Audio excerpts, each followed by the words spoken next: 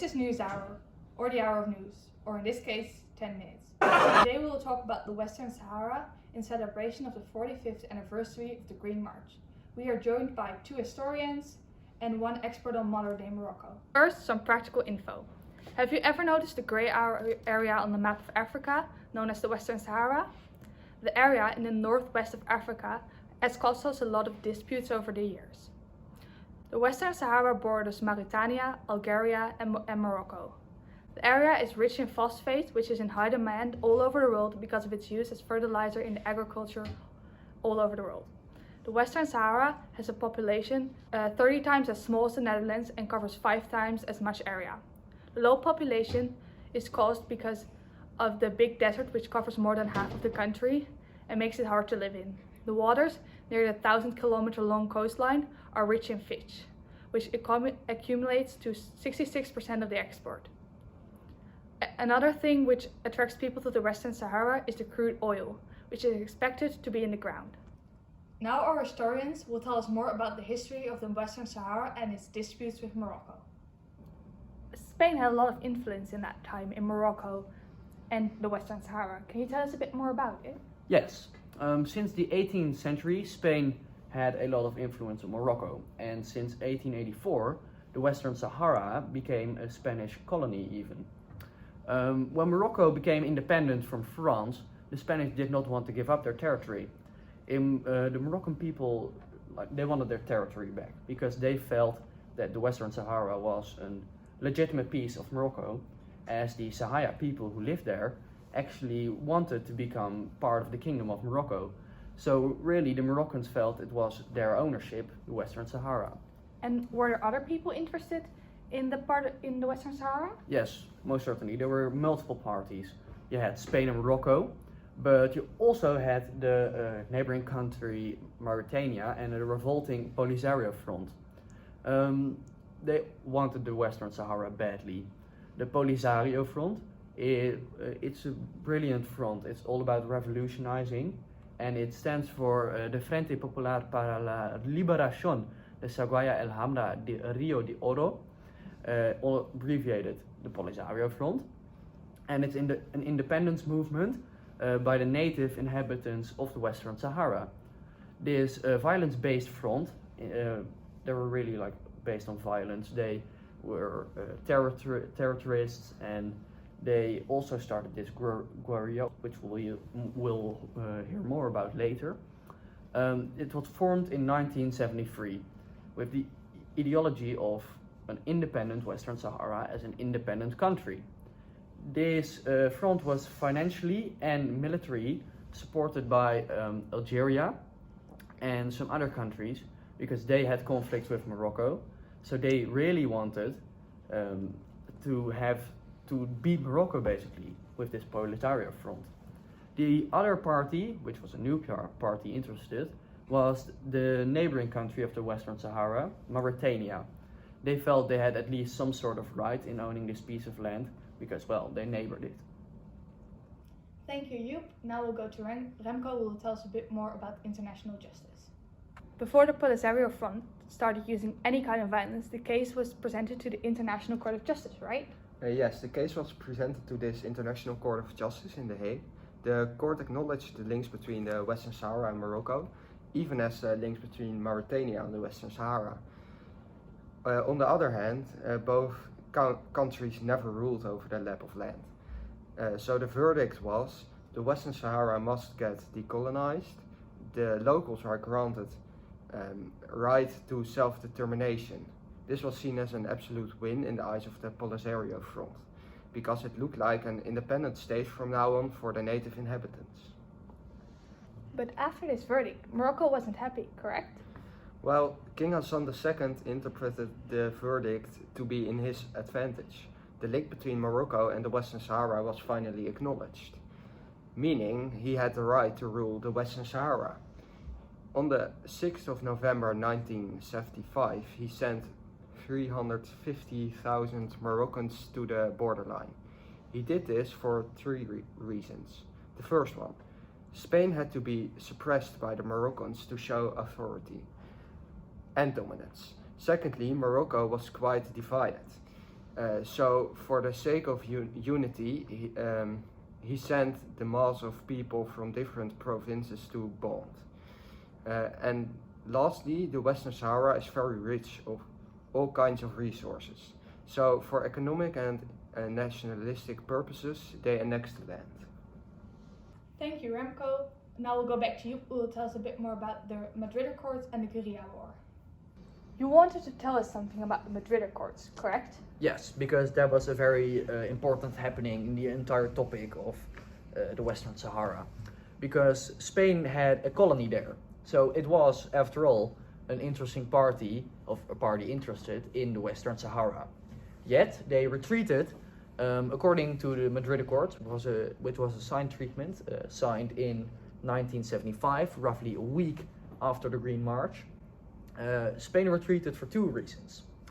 The first reason, they had a national political crisis, so they couldn't stand the burden of the Western Sahara fight with that anymore. And the second reason, they wanted a good deal like the French got, because they got all sorts of contracts for trade and resources, etc., etc. So the Spanish wanted this too. In this signed Madrid Accords, a treaty was contained. The treaty said 2/3 of the piece of land that's called Western Sahara will go to the Kingdom of Morocco, and 1/3 will be signed over to Mauritania. Of course, there was one party very furious about all this, which was the Polisario Front, which is, well, they had a good reason, right? They were the native inhabitants and they got 0 pieces of land. So they were really angry after the Madrid Accords. But later something about that later. So after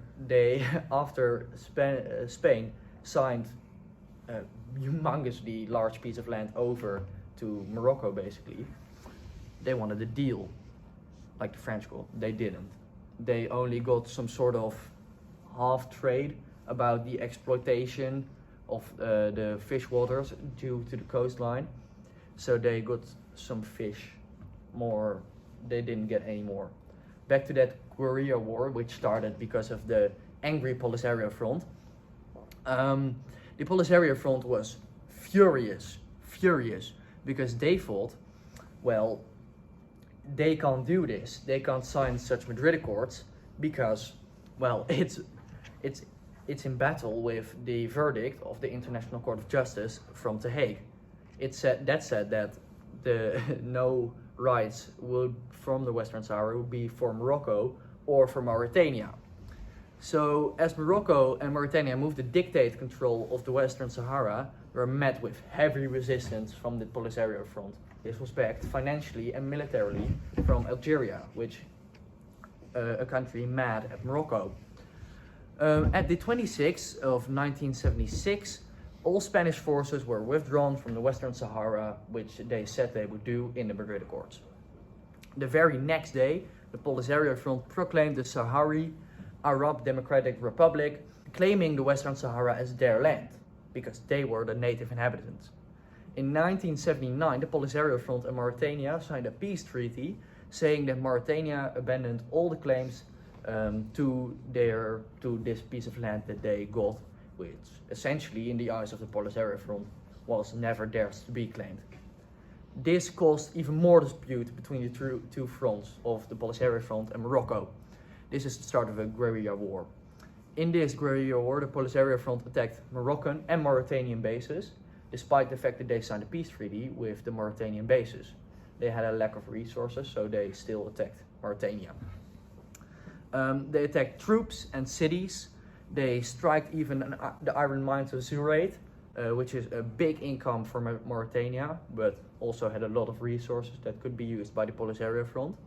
And during one of the strikes, the Polisario Front did something very stupid.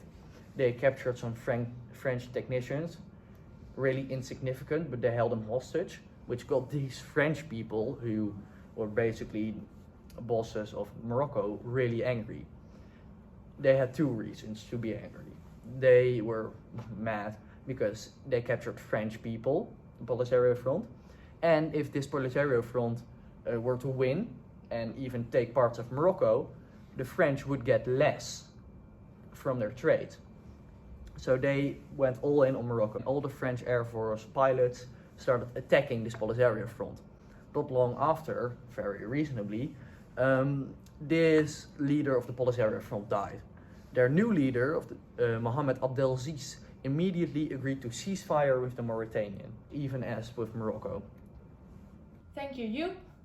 Now we'll go over to Mette, who will tell us a bit more about the modern day situation of Morocco. So, Mette, can you tell us something about modern day Morocco? Yes. The continued occupation of Western Sahara has complicated Morocco's external relations for decades. It kept Morocco out of the African Union for a long time, because the African Union, which is a sort of EU of Africa, recognizes Polisario as the native inhabitants and not Morocco. It caused tensions with Spain, which owns the Canary Islands 50 miles off the Western Sahara coast. And above this, it caused having long, complicated trade deals with Europe. So why would Morocco be continuing this situation? Yes, good question. The US government seems to be considering recognizing Morocco's claim in exchange for Morocco's normalizing its ties with Israel.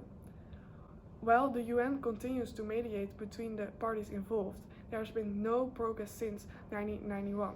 Because of these economic benefits of occupying Western Sahara far outweigh the occasional diplomatic problems. As a result, that Morocco's government plan is to continue its strategy of slowly normalizing the situation. Thank you, Mette. I will now show you the 4 ways Morocco and the Western Sahara can be seen on the map. These are the 4 ways Morocco and the Western Sahara can be shown as a map. This is how it is shown if you think of it as 2 separate countries.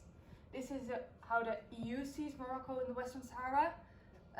They have a dotted borderline because if they wouldn't acknowledge the Western Sahara as part of Morocco, Morocco would send all their refugees to Europe, and they desperately try to avoid that. This is the way power is arranged in the Western Sahara and Morocco, where red is Morocco and green is the Polisario Front. And this is how Morocco sees the Western Sahara as Morocco as fully part of their own country. So thank you for watching NewsHour, the hour of news. Tomorrow you can find us again on the same channel at 7 p.m. Bye!